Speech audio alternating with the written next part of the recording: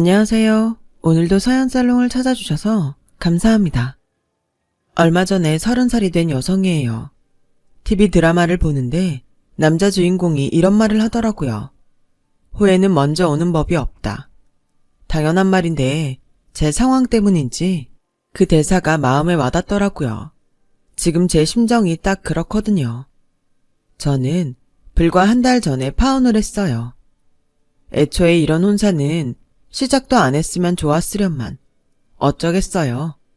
제가 독심술이 있는 것도 아니고 작정하고 감춘 속내를 무슨 수로 알고 대응하겠어요. 그저 속수무책으로 당할 밖에요.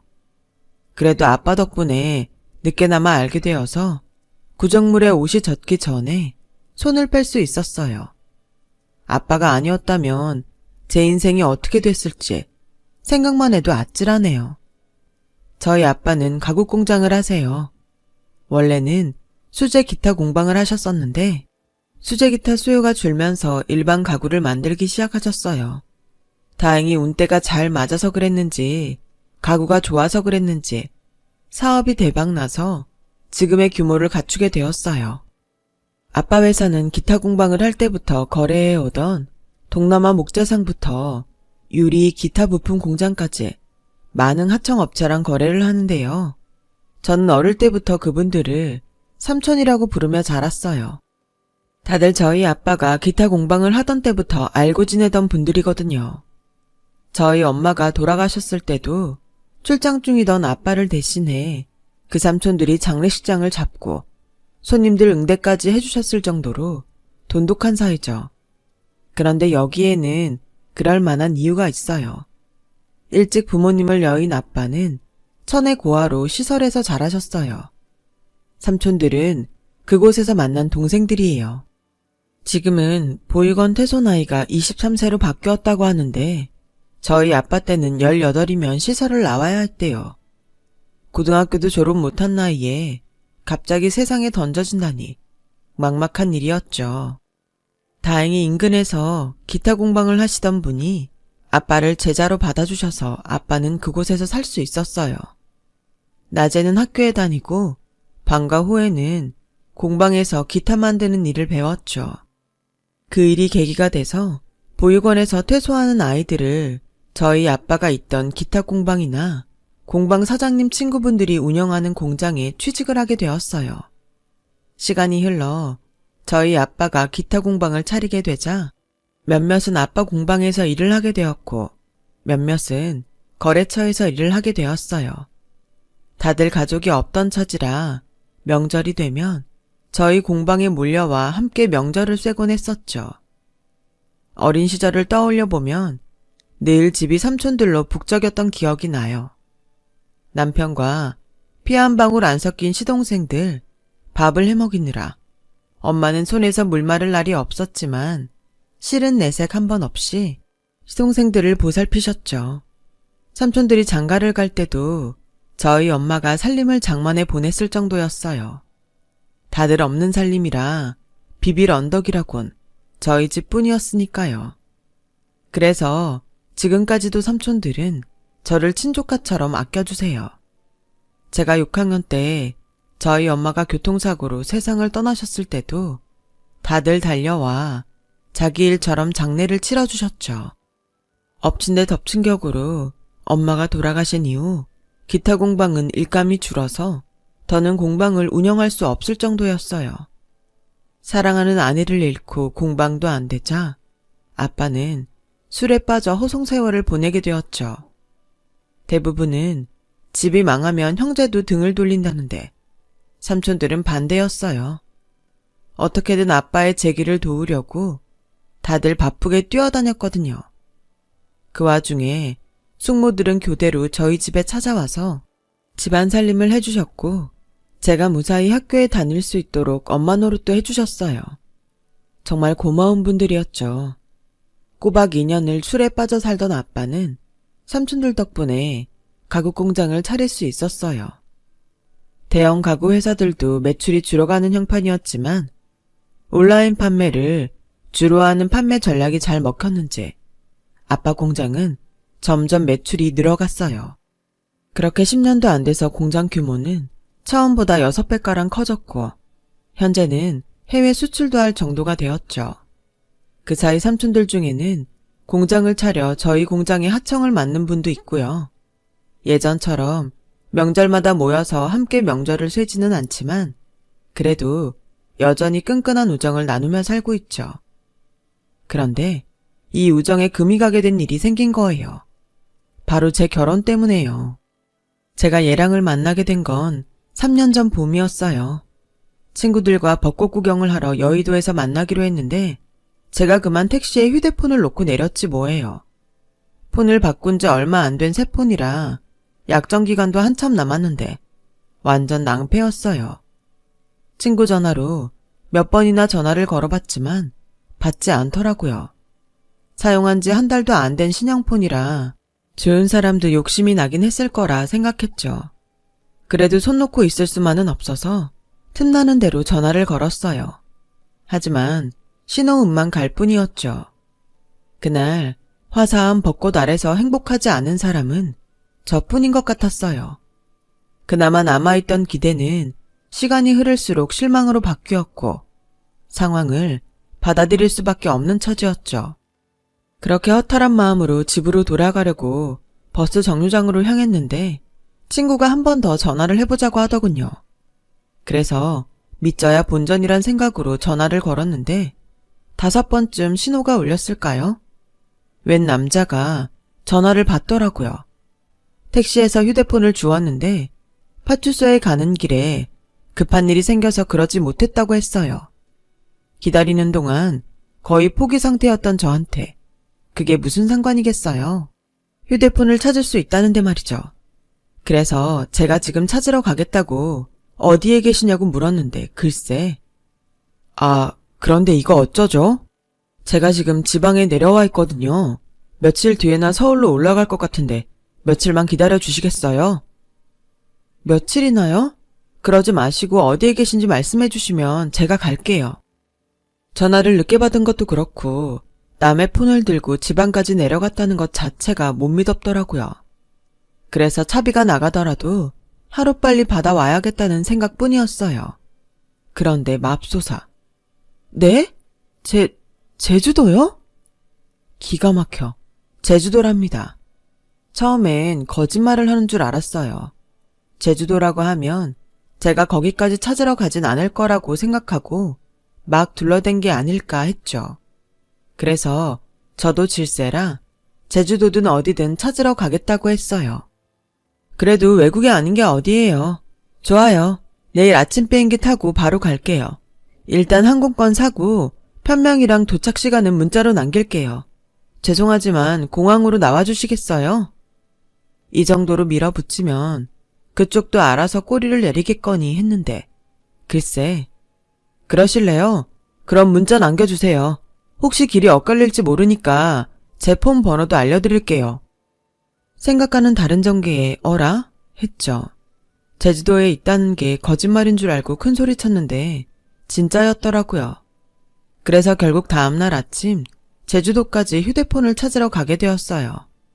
주말이라 항공권 가격이 엄청 올라서 거의 동남아 항공권 금액을 내고 당일치기로 제주도에 가게 되었어요.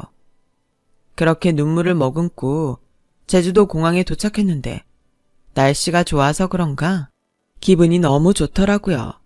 기왕 온 거 가까운 애월 해변이라도 들렀다 가고 싶었죠. 그때였어요. 누군가 제 어깨를 톡톡 두드리길래 돌아봤더니 우와, 진짜 잘생긴 남자가 저를 내려다보고 있지 뭐예요. 완전 제 스타일이었죠. 그 사람이 바로 제 예랑이었어요.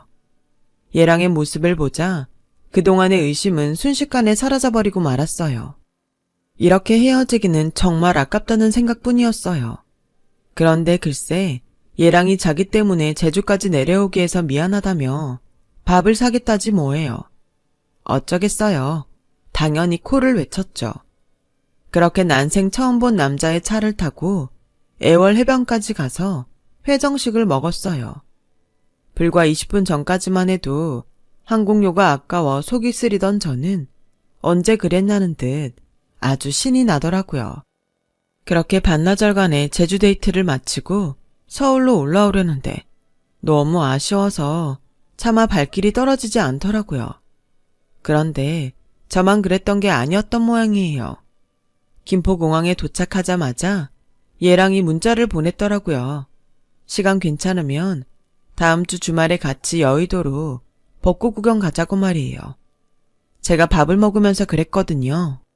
사실 전날 친구들과 여의도에 벚꽃 구경을 갔었는데 하필 휴대폰을 잃어버리는 바람에 구경도 제대로 못하고 우울하게 돌아왔다고요. 그랬더니 그 말을 기억하곤 같이 가자고 그러네요. 안 그래도 얘랑이 마음에 들었던 차에 이게 웬 떡이냐 했어요. 제 얘기를 들은 친구들은 운명이니 어쩌니 소리를 해가며 호들갑을 떨었고 저는 약속날을 대비해 거금을 주고 원피스와 구두도 장만을 했어요. 하늘이 주신 기회 놓치지 않으려고요. 그렇게 벚꽃 나들이를 함께하게 된 우리는 이후 만남을 이어갔고 2년간의 열애 끝에 결혼을 하기로 했어요. 사귀는 동안 얘랑이 자기 집 얘기를 거의 하지 않았던 탓에 저는 얘랑의 가족관계조차 모르고 있었어요. 부모님께 결혼 승낙을 받으러 가기 며칠 전에서야 고등학교 때 부모님이 이혼을 하셨고 현재 엄마와 여동생과 함께 살고 있다는 얘기를 들었을 뿐이죠.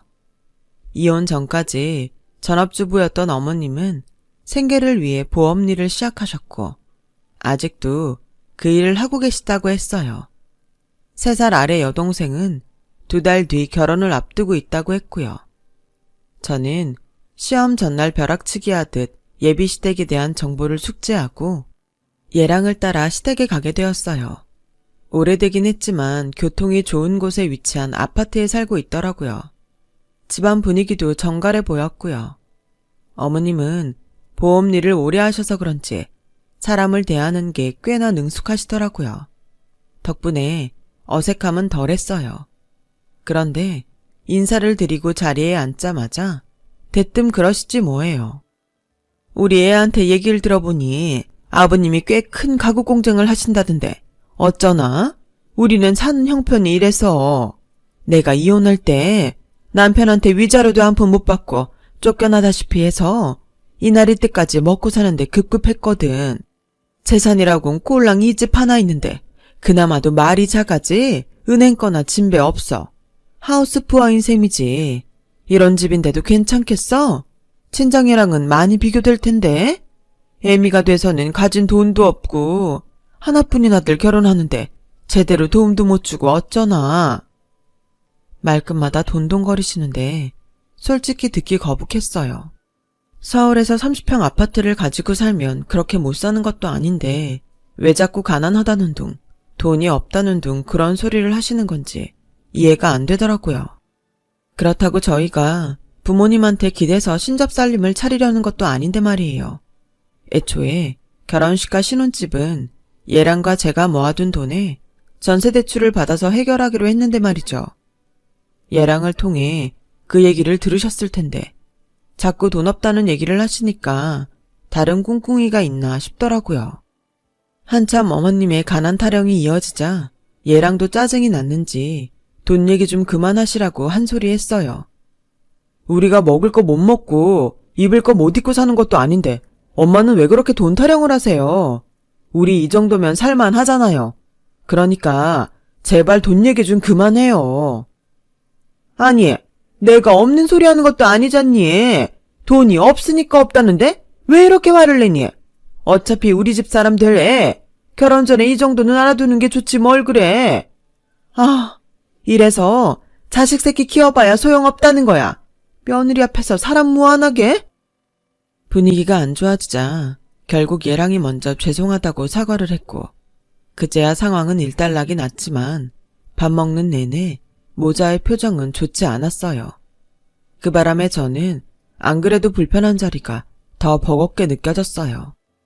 그렇게 불편한 분위기에서 밥을 먹어서 그런가 얼마 먹지도 않았는데 체해서 시댁에 앉아있는 내내 머리가 징징 울리고 식은땀이 날 정도였어요. 그런데도 어머님은 그간 살아오신 얘기며 굳이 저한테 안 해도 될 직장 이야기까지 줄줄이 언급하시며 도무지 얘기를 끊을 기미가 보이지 않았어요. 결국 제 상태를 본 예랑이 나서서 말을 끊었고 서둘러 시댁을 나올 수 있었어요. 그런데 신우이가 따라 나와 그러더라고요. 언니, 아까 우리 엄마가 한 말 너무 깊게 생각하지 말아요. 돈 없다는 말 우리 엄마한테 말버릇 같은 거니까요. 절대 언니한테 부담 주려고 하는 말 아니에요. 지난달에 나 상견례 할 때도 엄마가 시부모님 앞에서 하도 돈 없다 가난하다는 얘기를 해서 내가 얼마나 창피했나 몰라요. 별뜻 있어서 하는 말 아니니까 그냥 한 귀로 듣고 한 귀로 흘려요. 신우이도 결혼을 앞두고 있어서 그런지 비슷한 처지인 제 마음을 많이 헤아려 주더라고요. 사실 어머님 얘기를 들으면서 혹시 우리 집에 뭔가 바라는 게 있어서 하는 소린가 의심이 갔거든요. 그런데 신우이가 먼저 얘기를 해주니 한결 마음이 놓이더라고요. 그래서 이후로는 어머님이 돈 얘기를 하셔도 그러려니 하고 넘기게 되었죠. 그러지 말았어야 했는데 말이에요. 그러던 어느 날이었어요. 출근을 앞두고 아침을 먹으려는데 아빠가 뜬금없이 그러시는 거예요. 얘, 네 시댁 살림이 많이 어렵니? 갑자기 그게 무슨 소리예요? 알고 보니 상견례도 하기 전에 어머님이 저희 아빠 공장까지 찾아가 아빠를 만났더라고요. 아빠 표정을 보니 어머님이 무슨 소리를 했는지 대략 알겠더라고요. 저한테 그랬던 것처럼 돈 얘기를 꺼낸 게 분명했어요. 그래서 걱정 마시라고 말씀드렸죠. 서울에서 30평 아파트 살 정도니까 많이 넉넉하진 않아도 먹고 사는 게 힘든 집은 아니죠. 근데 그건 왜요? 혹시 어머님이 뭐라고 해요? 가난하다고? 돈 없다고 그래요? 그런 거면 걱정 마세요. 그거 어머님 단골 레퍼토리예요. 말은 그렇게 하면서도 저도 왠지 찜찜했는데 아니나 다를까 며칠 뒤 아빠가 보험 약관을 들고 오시더라고요. 아빠, 암보험 있는데 또 들었어? 혹시 어머님이 보험 들라고 그런 거야? 그런 거면 안 들어도 돼. 어머님 정말 웃기네. 상견례도 하기 전에 사돈한테 보험 세일즈부터 해? 아빠, 이건 내가 해결할 테니까 그 보험 들지 마요. 그럴 거 없다. 오죽하면 날 찾아와 보험을 들어달라고 했겠니? 사람이 어려울 땐 서로 돕고 살아야 하는 거다. 그러니까 괜한 소리 하지 말고 너는 모른 척하고 있어. 괜히 결혼도 전에 별것도 아닌 일 때문에 큰 소리 내봤자 분란받게 더 생기니. 안 보고 살 사이도 아니고 앞으로 시어머니로 모시고 살 사이인데 그냥 좋은 게 좋은 거다 생각해라. 속에서 천불이 났지만 내가 괜히 나섰다간 아빠 체면도 그렇고 결혼 전부터 미운 털이 박힐까봐 참고 넘기기로 했어요. 그제야 아빠가 일전에 시댁 형편에 대해 왜 물었는지 알겠더라고요. 보험 세일즈를 폄하하는 건 아니에요.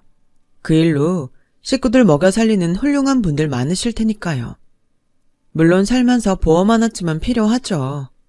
하지만 내가 필요해서가 아니라 상대가 강요를 해서 들게 되는 보험은 문제가 있는 거 아닌가요? 모르긴 해도 앞으로 어머님한테 엄청 시달리게 되겠다는 생각이 들었어요. 그렇게 아빠 보험일이 있고 얼마 뒤 어머님이 전화를 하셨더라고요. 아빠 회사 제품 카탈로그나 쇼룸이 있으면 보고 싶다나요? 그래서 그건 왜 그러시냐고 했더니 예림이 혼수 준비하는데 기왕이면 사돈회사 제품으로 하면 좋지 않겠니? 얘기 들어보니 제품이 꽤 실속 있고 좋다고 하더라고. 썩 내키진 않았지만 어머님 딴에는 그래도 저희 아빠 회사 제품을 팔아주시려고 하는 것 같아서 일단 회사 홈페이지를 알려드렸어요. 그때까지만 해도 무슨 일이 벌어질지 모른 채 말이죠. 그렇게 한 일주일쯤 지났을까요? 신우이가 전화를 했더라고요. 언니, 정말 고마워요. 이렇게까지 안 해주셔도 되는데. 아닌 밤중에 홍두깨라고 도대체 무슨 소린가 싶어서 자세히 얘기를 해보라고 했더니 기가 막힌 소리를 하는 거 있죠. 우리 아빠가 아가씨 결혼하는데 가구를 무료로 해줬다고요? 이건 아니다 싶어서 일단 전화를 끊고 아빠한테 갔어요. 그랬더니 아빠가 난처한 표정으로 그러시지 뭐예요. 몇 달 사이로 자식 둘 혼사를 치르다 보니 돈이 없어서 그런다는데 그럼 어쩌겠니? 같이 딸 자식 키우는 처지에 모른 척 할 수도 없고. 그래도 이건 아니죠. 왠지 처음부터 이상하더라니. 아빠, 이번 일은 내가 알아서 할 테니 아빠는 가만 계세요. 더는 참을 수 없어서 예랑을 불러 지금까지 있었던 아빠 보험 얘기며 시누이 가구 얘기까지 다 했어요. 그랬더니 예랑은 귀까지 빨갛게 변할 정도로 상피해 하더라고요. 그리고는 자기가 해결하겠다며 집으로 돌아갔어요. 그리고 다음날 어머님이 제게 전화를 했더라고요.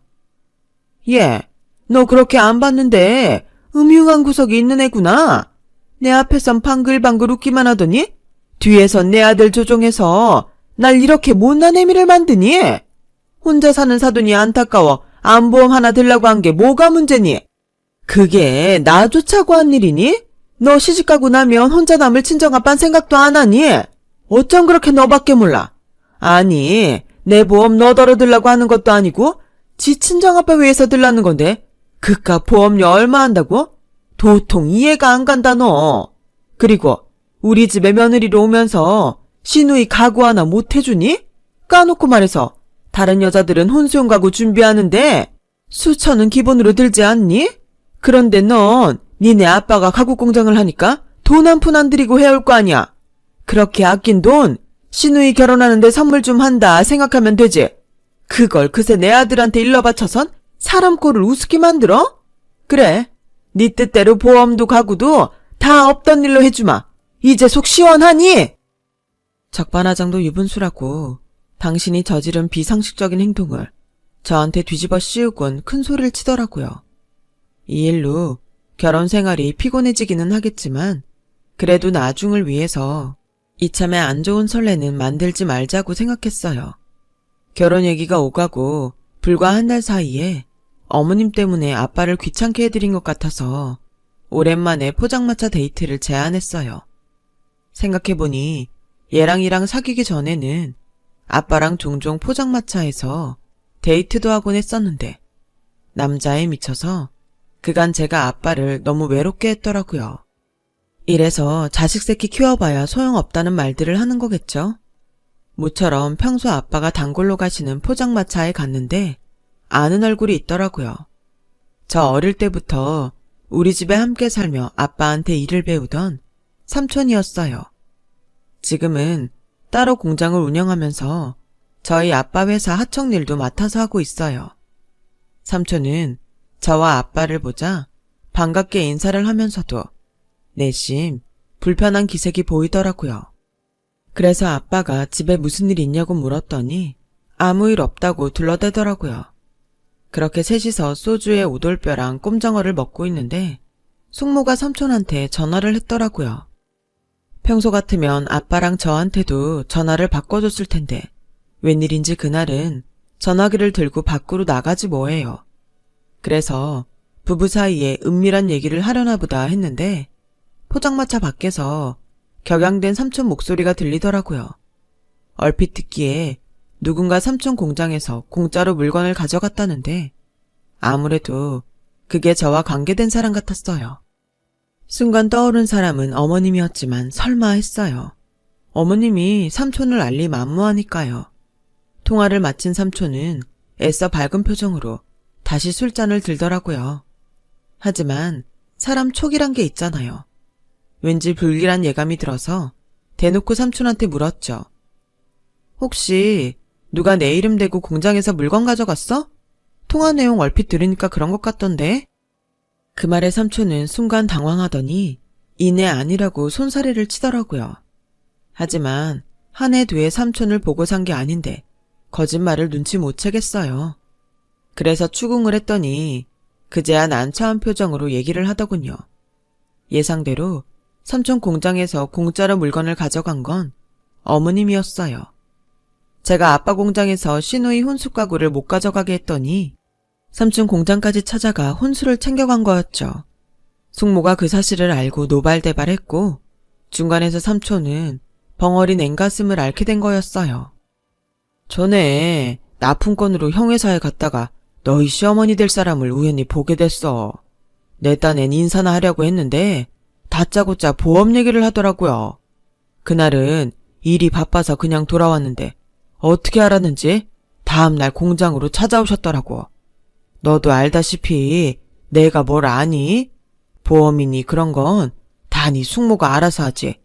그래도 네 시어머니 될 사람인데 내가 매몰차게 거절했다가는 괜히 내 조카 시집살이 시키는 게 아닐까 걱정이 돼서 하나 들어주긴 했어.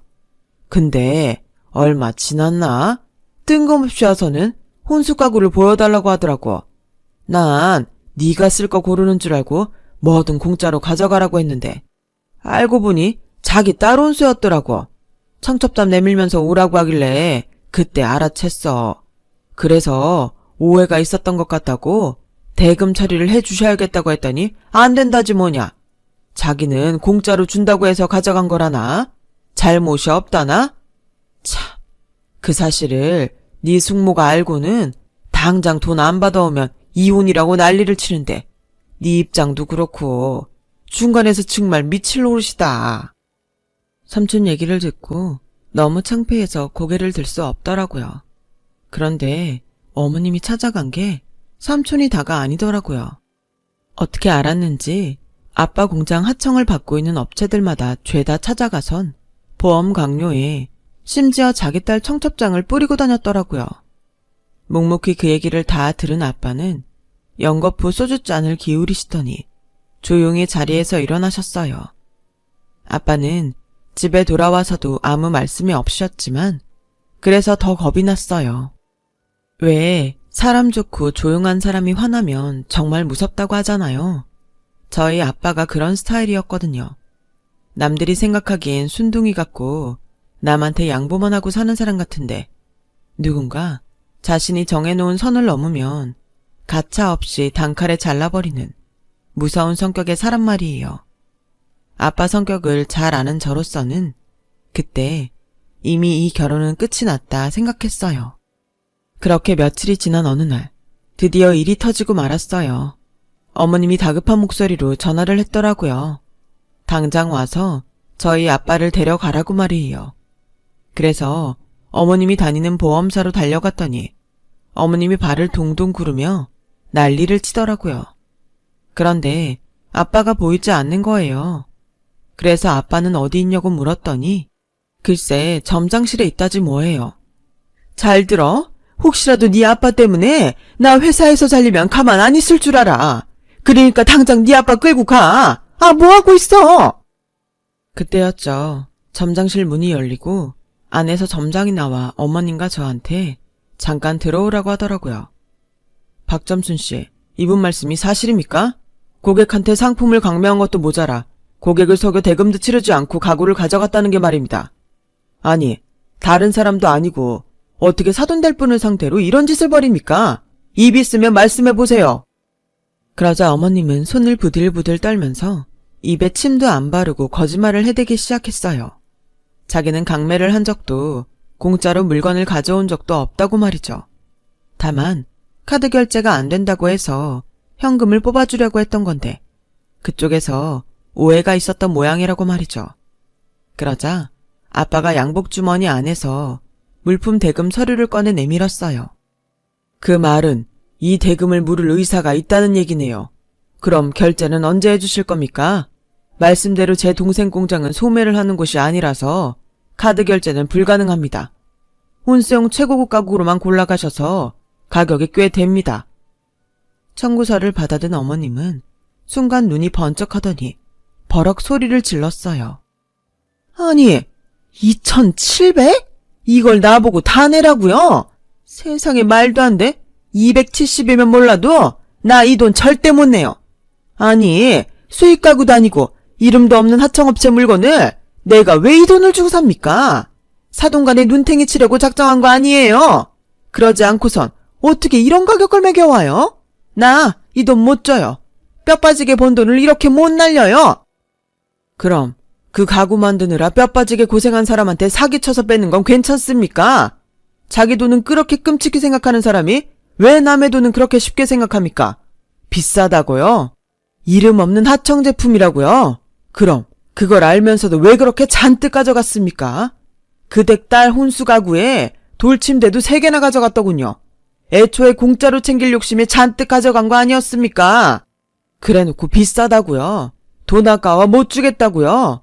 그럼 댁한테 그 큰 돈을 이유 없이 뜯긴 사람은 어떤 심정일 것 같습니까? 입 있으면 말해보세요. 당신이 저지른 짓은 칼만 안 들었지 강도들이나 하는 못돼 먹은 짓이에요. 댁이 지금껏 인생을 어떻게 살아왔는지 내 알 바 아니지만 지난 한 달 동안 당신이 벌인 짓을 보니 대충 알만합니다. 거지근성으로 똘똘 뭉친 철면피, 그게 댁의 모습이라고요. 나한테 강매한 보험, 내 하청업체에 찾아가 강제로 들게 했던 보험들 당장 철회하고 가구대금 이번 주 안으로 완납하세요. 안 그랬다가는 형사고발 들어갈 겁니다. 아, 그리고 댁 같은 인간한테 내 딸 못 맡기겠습니다. 그러니 애들 결혼도 없던 걸로 하자고요. 이번 일로 혹여 우리 애를 귀찮게 한다거나 해코지라도 했다간 그땐 법정에서 보게 될 줄 아세요. 그 길로 아빠는 제 손을 잡고 점장실을 나왔어요. 따라 나온 점장님은 아빠한테 몇 번이나 고개를 숙이며 죄송하다고 사과했고 이번 일은 자신이 책임지고 처리하겠다고 약속을 하더라고요. 결국 그 일로 어머님은 보험사에서 잘리게 되었고 가구대금은 대출을 받아 완납을 했더라고요. 공짜로 챙길 욕심에 돌침대를 3개나 가져가는 바람에 방이며 거실까지 돌침대를 깔아두게 되었죠. 그 일로 얘랑은 집을 나왔어요. 창피해서 자기 엄마랑 더는 못 살겠다면서 말이에요. 그리고 자신의 엄마가 벌인 일에 대해 저희 아빠를 찾아와 사과를 했어요. 하지만 이미 마음이 돌아선 아빠는 사과는 받겠지만 결혼만큼은 절대 안 된다고 못을 박으셨죠. 솔직히 얘랑을 생각하면 가슴이 아리지만 어디 천륜을 끊기 쉽나요? 결혼하면 당장은 아니래도 언젠가는 싫어도 어머님을 보고 살아야 할 텐데 도저히 그렇게 살 자신은 없더라고요. 그래서 눈물을 머금고 파혼을 했어요. 아빠는 이번 일로 마음고생을 한 산촌들을 찾아다니며 사과를 하셨어요. 그리고 한 가지 못을 박으셨죠. 앞으로 누구든 아빠와 저를 팔아 물건을 강매하거나 가구를 공짜로 가져가려고 하면 주저 말고 바로 거절하라고 말이에요. 남의 땀과 노력을 대가 없이 가지려는 인간들한테는 적선도 해서는 안 된다고 열변을 토하시면서 말이죠. 비록 이번 일로 엄청난 후회를 하게 되었지만 다시는 후회를 하는 일 없도록 앞으론 정신 바짝 차리고 살아보려 합니다. 그래야 절 사랑하는 사람들한테도 피해가 안 갈 테니까요. 긴 얘기 들어주셔서 감사드립니다. 항상 건강하시고 행복하세요. 여러분, 사연 댓글에 응원과 현명한 조언 부탁드려요. 좋아요와 구독은 저에게 큰 힘이 됩니다. 오늘도 좋은 일 가득하세요.